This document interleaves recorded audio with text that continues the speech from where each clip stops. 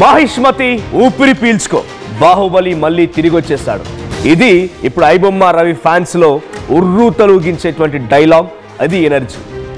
ఐబొమ్మ మళ్ళీ తిరిగి వచ్చేసింది. Yes, it's working. ఐబొమ్మ మళ్ళీ తిరిగి వచ్చేసింది. అయితే ఈసారి ఎవరికి ఊహకందని రీతిలో ఎస్బీఐ బ్యాంక్ పేరిట, ఎస్బీఐ టర్మ్ ఇన్సూరెన్స్ పేరిట ఒక వెబ్సైట్ను ఓపెన్ చేసి దాంట్లో కూడా సినిమాలు పెట్టాడంటే వీడు మామూలు కాదురా బాబోయ్.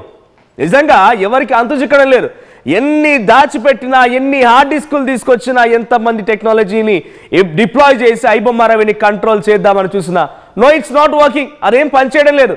కానీ వాడి మైండ్ సెట్, వాడి ఆలోచన మాత్రం పనిచేస్తోంది. IBomma is still on working. IBomma పనిచేస్తోంది. కొత్త కొత్త రూపాలు మారుస్తూ ఐబొమ్మ మళ్ళీ తెర మీదకి వచ్చింది. అయితే ఎస్బీఐ టర్మ్ ఇన్సూరెన్స్ పేరుతో ఒక వెబ్సైట్ని లాంచ్ చేసి ఆ వెబ్సైట్లో ఈ పైరసీకి సంబంధించిన సినిమాల కాపీ ఐడిని కాపీ చేయగానే అది ఓపెన్ అవుతోంది. సో ఇది నేను ఈ వార్త చెప్పడంలో నా ముఖ్య ఉద్దేశం మళ్ళీ పైరసీని ఎంకరేజ్ చేయడం కాదు. పైరసీని నిర్మూలించండి, దయచేసి సినిమా రంగాన్ని కాపాడండి, సినిమా ఇండస్ట్రీకి సహకరించండి. చాలామంది కార్మికులు, చాలామంది కూడా దానిపై ఆధారపడున్నారు. కానీ ఇక్కడ పోలీసులకు సంబంధించి మాత్రం ఇది సవాలే. ఒకటి కాదు, రెండు కాదు, ఇప్పటికే సుమారుగా 2-3 ఏళ్ల పాటుగా అనేక సార్లు ఐబొమ్మ తరహాలో ఉన్నటువంటి ప్రతి పైరసీ వెబ్సైట్ని కిల్ చేసే ప్రయత్నం పోలీసులు చేశారు తమకున్న టెక్నాలజీని ఉపయోగించి. కానీ ఏ మాత్రం ఉపయోగం లేదండి.